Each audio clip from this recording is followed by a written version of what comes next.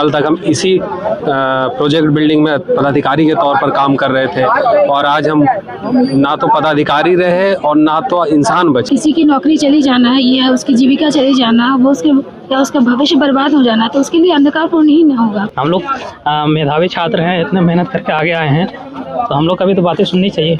परीक्षा कराने के लिए लड़ाई लड़ी गई, परीक्षा होने के बाद लड़ाई लड़ी गई और नियुक्ति देने के बाद अब एक तीसरा लड़ाई लड़ा जा रहा है। लड़ाई इस बात का कि नियुक्ति के बाद अचानक एक फैसले से हमें अपने से पराया कैसे कर दिया गया। हमारे साथ कुछ चयनित अभ्यर्थी हैं जो प्रोजेक्ट भवन के अंदर बैठ के सरकार से सवाल पूछ रहे हैं कि एक फैसले से हमारी जिंदगी का आप आंकलन कैसे लगा सकते हैं। उनसे बात करेंगे। क्या नाम हुआ आपका? मेरा नाम मंजीत है। डॉक्टर भीमराव अंबेडकर की तस्वीर लेके आप पहुंचे हैं इस यहाँ पे सत्ता से सवाल पूछने के लिए, क्या संदेश है? मेरा संदेश है कि जैसे बाबा साहब ने सबके लिए न्याय की व्यवस्था की है, उसी हिसाब से हम सबको न्याय मिलना चाहिए। किसी के साथ अन्याय नहीं हो। जिस प्रकार सरकार ने हमारे साथ अन्याय किया है, कल तक हम इसी प्रोजेक्ट बिल्डिंग में पदाधिकारी के तौर पर काम कर रहे थे और आज हम ना तो पदाधिकारी रहे और ना तो इंसान बचे, क्योंकि जब सरकार ही हमको इंसान समझने को तैयार नहीं है, एक दिन में सब कुछ हमारा उजड़ गया, हम किसको क्या जवाब देंगे? घर को, परिवार को, रिश्तेदार को, गांव घर को क्या जवाब दे? सभी लोगों ने एक नैरेटिव सेट कर दिया कि जो लोग पास थे वो चोर थे, तो चोर है तो हम बैठे हुए हैं। तो चोर, आप चोर बोल भी रहे हैं और सजा भी नहीं दे रहे हैं। अगर हम चोर है तो सजा मिलना चाहिए ना। इसका मतलब आप गलत नैरेटिव सेट करके हमको चोर बोल रहे हैं। अगर हम चोर रहते तो अभी तक हमको गिरफ्तारी हो जाना चाहिए था, हमको जेल हो जाना चाहिए था, लेकिन वो तो नहीं हो रहा है। इसका मतलब हम सही हैं, और सही है तो फिर मेरे साथ अन्याय क्यों हुआ? और जो ये सीजीएल की भर्ती है वो 1.5 साल कोर्ट में चली, 1.5 साल से कोर्ट से हम लोग जजमेंट मिला, हमारे पक्ष में मिला, तब जाके हमारी नियुक्ति हुई और कोर्ट के आदेश के बाद ही मैं इधर आया हूँ। मैं पहले सेंट्रल रेलवे में 6 साल काम किया, वहाँ शिफ्ट ड्यूटी थी, बहुत मुश्किल से ड्यूटी के बाद घर आके 8 घंटे 10 घंटे की ड्यूटी करना, फिर घर आना, साथ खाना भी बनाना, क्योंकि इंटीरियर इलाके में मेरी पोस्टिंग थी, वहाँ खाने को भी सुविधा नहीं था। वहाँ खाना बनाना, पढ़ना, वो बहुत मुश्किल भरा दौर गुजरा। और मुश्किल भरे दौर के बाद जब हम अपने घर आए, अपने लोगों के बीच में आए, तो अपने लोगों ने तो हमको ठग ही लिया। तो मेरा सरकार से ये डिमांड है कि जो ये रद्द के एक तरफा जो भीड़ तंत्र को देख के जो निर्णय लिया गया है, उस निर्णय को वापस लिया जाए, हमको वापस बहाल किया जाए और हमारे ऊपर जो चोरी करने का धब्बा लगा है, पहले तो उसको ठीक किया जाए। ये चोरी लगा हुआ धब्बा हम किसको शक्ल दिखाएंगे? जिसके पास जाएंगे वही बोलेगा कि हम चोर हैं। तो अगर हम चोर है तो सज़ा मिले, और नहीं चोर है तो हमको इंसाफ मिले और सरकार इस बात को एक्सेप्ट करे कि हम सही थे और सही हैं। अभी कौन से विभाग में कार्यरत थे आप इस बिल्डिंग में? हम कल्याण विभाग में यहाँ कार्यरत थे, सहायक प्रशाखा पदाधिकारी के तौर पे, लेकिन आज तो कुछ नहीं बचा मेरे पास में। मेरी पुरानी नौकरी भी चली गई, क्योंकि मैं वहाँ से रेजिग्नेशन दे के आ गया था। अब वो लोग वहाँ भी नहीं रखेंगे हमको, यहाँ भी नहीं रहे। बीच में 1-2 जॉब और भी मैं छोड़ दिया इसके वजह से, क्योंकि लोग भले 2 रुपया घर पे कम मिले, लेकिन आदमी घर पे रहना पसंद करता है। तो ये यहाँ मेरा घर है, मेरा चतरा जिला घर है। यहाँ से अगर किसी को कुछ हो जाता है, मेरे परिवार में शादी ब्याह जैसे फंक्शन होते हैं, आदमी समाज में सम्मिलित हो सकता था। जैसे आप बाहर चले गए, वहाँ पैसा कमा भी लिए, तो उस पैसे का क्या मतलब हुआ? समाज में हम सम्मिलित भी होते थे। और जो चोरी का आरोप हमारे ऊपर लग रहा है, तो वो कटअप देखा जाए, जैसे जो जजमेंट आया था, जो पढ़ना चाहते हैं, ये 126 पेज नंबर पर देखा जाए, 450 में 226 नंबर कटअप गया। तो आप भी पढ़े लिखे हैं, 51 या 52% के आसपास में हुआ। इनका कहना है कि 125-130 क्वेश्चन आउट हो गया। जो आदमी 125-130 क्वेश्चन एक पेपर का आउट कर देगा, वो 52% में कैसे कटअप जाएगा? ये तो कॉमन सेंस है। जिस आदमी को कॉमन सेंस है उसके पास भी है। देखिए, अगर किसी को देखना है, देखिए यहाँ पे बोल रहे हैं, ये कटअप है जो हाई कोर्ट का जजमेंट क्वालिफाई किया है, यही बात है। और आपके चैनल, बताइए आप क्या बोल रहे हैं? आपके चैनल के माध्यम से हम यही कहेंगे, मुख्यमंत्री साहब को यही कहेंगे कि मुख्यमंत्री साहब का जो निर्णय लिया गया है जैसे सीजीएल रद्द करने का, एकदम से न्यायपूर्ण नहीं है। क्योंकि ये जो हम लोग का नियुक्ति प्रक्रिया था बहुत कठिन दौर से गुजरा।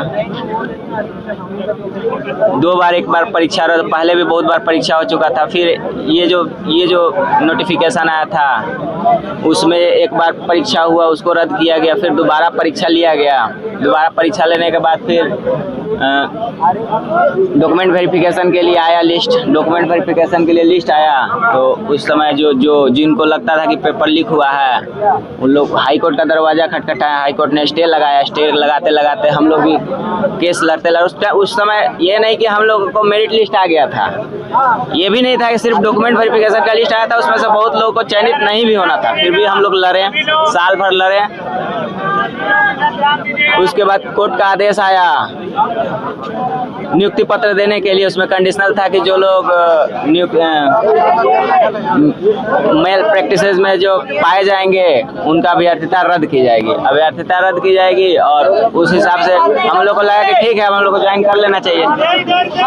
विपक्षी लोग गए सुप्रीम कोर्ट उन लोग का बात नहीं माना। उसके बाद इतना कुछ होने के बाद हम लोग अभी बात रोक रहे हैं, कुछ इंपॉर्टेंट अनाउंसमेंट उधर हो रहा है, हम लोग उधर भी चलेंगे, इनकी भी बातें बताएंगे। आप आ सकते हैं हमारे साथ।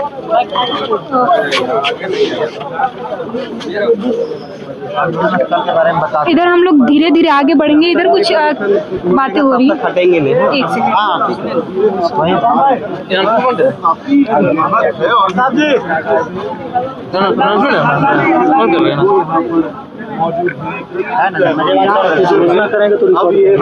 थोड़ा आगे जाने देंगे, ठीक है?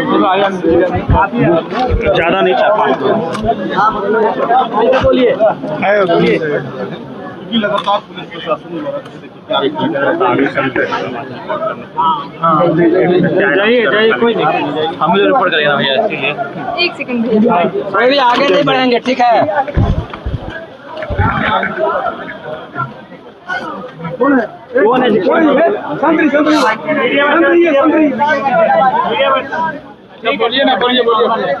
प्रशासन से हम लोग अपने आवेदन, अपने आंदोलन स्थल के बारे में विचार के लिए समय दिए हैं कि एक कोई आंदोलन स्थल हम लोग को चयन करके दे दीजिए। शांतिपूर्वक हम लोग आंदोलन करेंगे। प्रशासन हमारी सहयोग कर रही है, हम लोग भी प्रशासन का सहयोग करेंगे। कोई भी ऐसा कार्य नहीं करेंगे जिससे विधि व्यवस्था पर सवाल उठे, ठीक है? कोई भी कानून को हाथ में नहीं लेंगे। हम लोग प्रशासन से आग्रह किए हैं, कुछ 1-2 नाम दिए हैं कि उस स्थल पर आप सहमति बनाइए, हम लोग वहाँ शांतिपूर्वक आंदोलन करेंगे। परसों रात से हम लोगों ने आंदोलन का आगाज कर दिया था और अनवरत चलता रहेगा, टूटेगा नहीं जब तक सीजीएल रद्द वापस नहीं होगा। जब तक शांतिपूर्वक किसी भी तरह का कोई उग्र हिंसा, अमर्यादित भाषा का प्रयोग कोई भी नहीं करेंगे, एकदम शांतिपूर्वक, ठीक है? गांधीवादी तरीके से किसी भी हाल में शांत रहना है। अभी समय लिया गया है, जल्द हम लोग को अवगत करा दिया जाएगा कि हमारा आंदोलन स्थल क्या होगा। और फिर ऐसा आंदोलन होगा तो झारखंड के इतिहास में कभी नहीं हुआ होगा।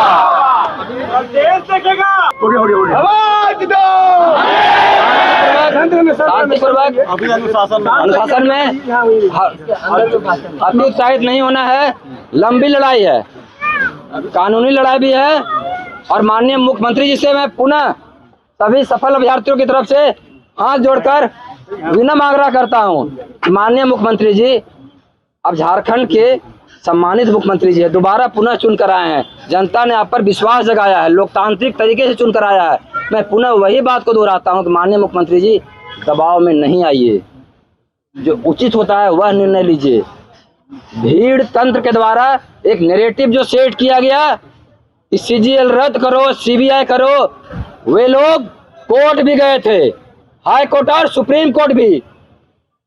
उनकी मांगों पर हाई कोर्ट और सुप्रीम कोर्ट ने कहा जिन बच्चों का डॉक्यूमेंट वेरिफिकेशन हो चुका है उनको जेएसएससी फाइनल मेरिट दे और राज्य सरकार नियुक्ति दे। उसके आलोक में हम लोग को नियुक्ति पत्र मिला। और जब वे सभी असफल हो गए माननीय न्यायालय में, और जब मामला जेपीएससी पर उठा, उनके पास भीड़ इकट्ठा हुई और उन्होंने मामला को टिल्ड कर दिया सीजीएल रद्द। तो उनको मैं संदेश देना चाहता हूं, आप न्यायालय में हारे और भीड़ तंत्र के द्वारा दबाव बनाकर, उसमें जो भी लोग थे परीक्षार्थी, वो हमारे सभी भाई बंधु ही हैं, लेकिन उसमें कुछ गिने चुने लोग घुस गए और उनके आंदोलन को दिग्भ्रमित कर कर सरकार पर दबाव बनाकर उन्होंने हमारे नियुक्ति को रद्द कराया है। इसको हम लोग लेकर वापस रहेंगे, चाहे इसके लिए हमें किसी से लड़ना पड़े। कुछ ऐसे लोग हैं, 2-4 गिने चुने लोग झारखंड में, जो हमारे नियुक्ति को बदनाम करने का पूरे पिछले 1.5 सालों से प्रयास किए हैं। उनके मंसूबों को कभी साकार नहीं होने देंगे। अब पुनः पूरा भारत देखेगा। पूर्ण विश्वास है माननीय मुख्यमंत्री जी पर भी और न्यायालय पे भी कि हमारी मांगों को माना जाए। अब बातों को आगे बढ़ाते हैं। हम लोग बात कर रहे थे कुछ चयनित अभ्यर्थियों से, बात करने की कोशिश भी करेंगे। कौन से विभाग में कार्यरत थे आप? स्वास्थ्य विभाग में। स्वास्थ्य विभाग में जी। इस निर्णय को आप कैसे देखते हैं? निर्णय एक तरह से एक तरफा निर्णय लिया गया है। देखिए, उनको वो भीड़ तंत्र थी, उन्होंने जो बोली, जो मांग की, उनकी बातें सुनी गई। हम सरकारी विभाग में कार्यरत थे, हमें बोलने का मौका नहीं दिया गया। तो ये तो एक तरफा वो हो गया ना निर्णय कि आप एक तरफ की बातें सुने और उसकी तरफ से अपना निर्णय बनाया और जो एक रात में अपना निर्णय दे दिया। हमारी बातें कौन सुनेगा? हमारे भी तो कुछ दुख दर्द हैं। हम लोग मेधावी छात्र हैं, इतने मेहनत करके आगे आए हैं, तो हम लोग का भी तो बातें सुननी चाहिए। अच्छा, यहाँ पे बात हो रहा है आंदोलन के, यहाँ पे बात हो रहा है कि आंदोलन करने के लिए जगह नहीं है अब आप लोग के पास। प्रशासन से बात हुआ है, अभी अनाउंसमेंट भी कर रहे थे कि प्रशासन से बात हुआ है। हम लोग 1-2 जगह की ऑप्शंस दिए हुए हैं जहाँ पे सिलेक्टेड चीज़ है हम लोग को बताया जाए। कब तक ये आंदोलन चलता रहेगा? जब तक हमारा जो अधिसूचना है वापस नहीं लिया जा सकता, तब तक हम लोग आंदोलन करेंगे। अगर हम लोग देखें तो परीक्षा से पहले भी आंदोलन हुआ, परीक्षा होने के बाद भी कोर्ट में चक्कर काटना हुआ, फिर अब नियुक्ति के बाद भी आंदोलन ही करना पड़ रहा है। कैसा समीकरण है ये, कैसा सिस्टम है? ये सिस्टम तो सही नहीं है और ये आंदोलन के दबाव में यदि सरकार इस तरह आके करती है तो ये स्टूडेंट का अहित कर रही है। तो सरकार को हम ये संदेश देना चाहेंगे कि आप आंदोलन को नहीं देखिए, बल्कि आप स्टूडेंट का सही और गलत का फैसला लीजिए। जो स्टूडेंट सही है उसको आप बहाल करिए और जो गलत है उसको आप निकालिए। ये कोर्ट ने भी कहा है, तो कोर्ट के आदेशों का पालन सरकार को करना चाहिए और उसको मानना चाहिए। और भी इधर कुछ लोग हैं, 1-2 लोगों से और भी बातें करने की कोशिश करेंगे कि कौन से विभाग में थे, कौन से विभाग में थे आप लोग? वित्त विभाग में थे। अगर हम लोग इस चीज़ की भी बातें करें तो जेसीसी सीजीएल एक बहुत बड़ा मुद्दा बन गया है। हाँ, दिसंबर में नियुक्तियां हुई थी, उस समय ये डंके की चोट पे कहा गया था कि पारदर्शी तरीके से परीक्षा भी वापस कंडक्ट करा दी गई है। नियुक्ति भी भले ही कंडीशनल अभी ये हो रहा है, कंडीशनल पोस्टिंग हो रहा है, लेकिन जिन लोगों का नाम ब्लैक लिस्टिंग में आएगा उनके ऊपर एक्शन लिया जाएगा। फिर अचानक से ऐसा फैसला आ जाता है। कैसा रहा ये निर्णय? नहीं, हम तो अभी भी यही कह रहे हैं ना कि कोर्ट के थ्रू ये नियुक्ति हमें मिली थी, तो कोर्ट ने जब कहा गया है कि सीआईडी की जो जांच होगी उसके आधार पे होगा, तो सीआईडी अपना जांच करके कोर्ट में सबमिट करे, कोर्ट हमें भी उससे अवगत कराएगी। अभी तो जैसे हमें निकाल दिया गया, हमें कारण नहीं पता है, ये सिचुएशन है। तो आप हमारी जाँच कीजिए, हम सभी जाँच के लिए तैयार हैं और आपको एक पक्ष का सुन के, सिर्फ एक पक्ष का सुन के आप निर्णय नहीं ले सकते हैं। तो हमारा सरकार से यही है कि आप हमारी भी पक्ष सुनिए। हमारा आपसे करबद्ध निवेदन है कि आप हमारा पक्ष भी सुनिए, हमें भी बोलने का मौका दीजिए, हमारी जांच कीजिए। हम जितने यहाँ हैं सभी जांच के लिए तैयार हैं। और ये जब हमें कोर्ट से नियुक्ति मिली है, कहा गया है कि जो अभ्यर्थी इसमें संलिप्त पाया जाएगा उस पर कार्रवाई होगी। पूरा एग्जाम रद्द होगा ये कहीं भी नहीं कहा गया है। तो आप हमें भी पता चलना चाहिए ना कि हमें आप क्यों निकाल रहे हैं, क्यों रद्द कर रहे हैं। तो हम बस यही है कि ये वापस लें और हम नहीं तो फिर न्यायालय से ही अब जो होगा सो होगा। आप कौन से विभाग में? वित्त विभाग में। जी। इस फैसले के बाद कैसा रहा? 18 तारीख का दिन कैसा रहा? 18 तारीख का दिन हम लोगों के लिए बहुत ही जो भी अभ्यर्थी सफल हुआ उनके लिए अंधकारपूर्ण ही रहा। किसी की नौकरी चली जाना है या उसकी जीविका चली जाना, वो उसका भविष्य बर्बाद हो जाना, तो उसके लिए अंधकारपूर्ण ही ना होगा।